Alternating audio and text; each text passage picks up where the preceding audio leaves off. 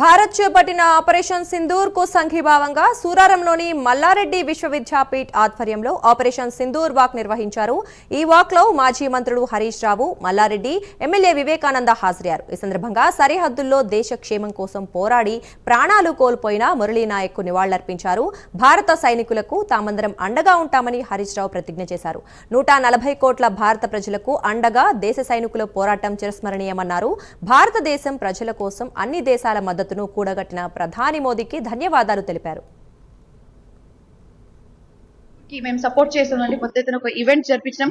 మా యువతలు, మా doctors, engineers, pharmacist, nurses and dentist ప్రతి ఒక్కరు కానీ ఎడ్యుకేషన్ సిస్టమ్ లో ప్రతి ఒక్క యువత కానీ ఇట్లాంటి ఒక స్ట్రాంగ్ ఆపరేషన్ కి ఒక ఛాలెంజింగ్ ఆపరేషన్ కి వి ఆల్ సపోర్ట్. ఎందుకంటే ఇట్లాంటి ఎందుకు నిర్ణయం తీసుకోవాల్సి వచ్చిందంటే అసలు మొన్న పెహల్గామ్ లో 22 ఏప్రిల్ రోజు అసలు ఘోరంగా వాళ్ళు ఇన్నోసెంట్ పీపుల్ కి చంపడం జరిగింది.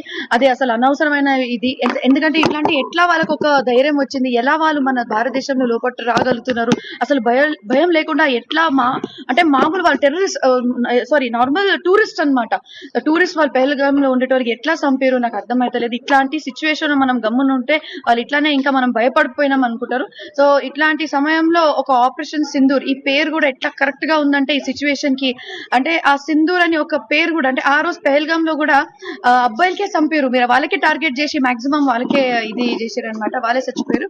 దేశాల గురించి ప్రాణాలు సైతం లెక్క చేయకుండా పోరాడుతున్నటువంటి మన వీరులకి, మన సైనికులందరూ కూడా మనోధైర్యాన్ని వారికి ఇంకా కూడా అందరూ కూడా దేశం అంతా కూడా వారి ఎప్పటి నుంచి చేయడానికి చక్కటి సందేశాన్ని ఇచ్చినటువంటి సందేశానికి ఏర్పడిన కార్యక్రమానికి విజయించినటువంటి గౌరవ సీనియర్ నాయకులు, పార్టీ నాయకులు, మాజీ మంత్రులు హరీష్ రావు గారు, పెద్దలు మల్లారెడ్డి గారికి అందరికీ కూడా మరొకసారి నమస్కారాలు తెలియజేసుకుంటూ ఈరోజు ప్రతి ఒక్కరు కూడా మన దేశంలో మన దేశాన్ని కాపాడడానికి మన ప్రతి ఒక్క పౌరుని ప్రాణాలను కూడా మరి ఇందులో పెట్టుకొని చేయడానికి చేసిన ప్రయత్నాన్ని అయితే మన సైనికులు చేస్తున్నారో మనందరూ కూడా వెంబడి ఉండి వారికి మనధైర్యాన్ని ఇచ్చి వారిని పోరాడే స్ఫూర్తిని అందరూ కూడా మనము పెంపొందించుకొని అందరూ కూడా వారికి అండగా ఉండాల్సినటువంటి సమయం కాబట్టి అందరూ కూడా మన దేశ సైనికులకి, మన దేశానికి అందరూ కూడా ఉండాల్సిన సందర్భం కాబట్టి అన్ని కూడా పక్కన పెట్టి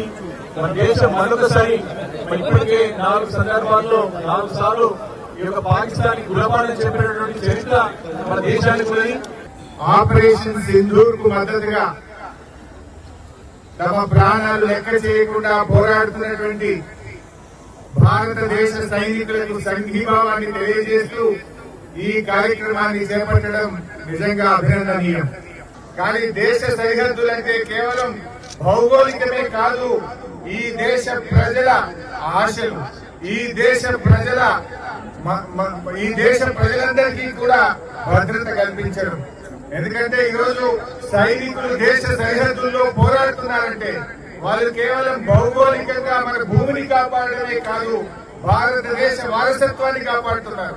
చివరికి మన భారత పార్లమెంట్ మీద కూడా మరి దాడి చేయడానికి దాని వెనుక ఉన్నది కూడా పాక్ ప్రేరేపిత ఉగ్రవాదులే. ఈ ఉగ్రవాదులు మనందరం కూడా చూసాం. వరల్డ్ ట్రేడ్ సెంటర్ యుఎస్ మీద కూడా దాడి చేసిన బిన్ లాడెన్ కూడా ఆ పాకిస్తాన్ నుంచే మరి అటువంటి కార్యక్రమాలకు పాల్పడ్డారు. అందరూ కూడా పొద్దున్నే 6:30 కూడా ఇక్కడ మన దేశ సైనికుల కోసం మనమందరం మద్దతు తెలిపినందుకు మేము కూడా మీకు సపోర్ట్ ఉన్నాం.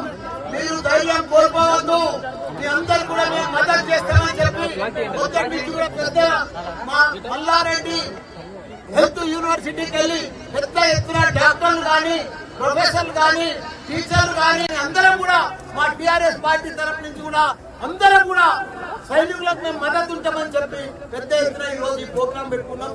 దానికి అందరికి కూడా ధన్యవాదాలు. ఏది ఏమైనా మనకు స్వాతంత్రం వచ్చింది 75 సంవత్సరాలు అయింది.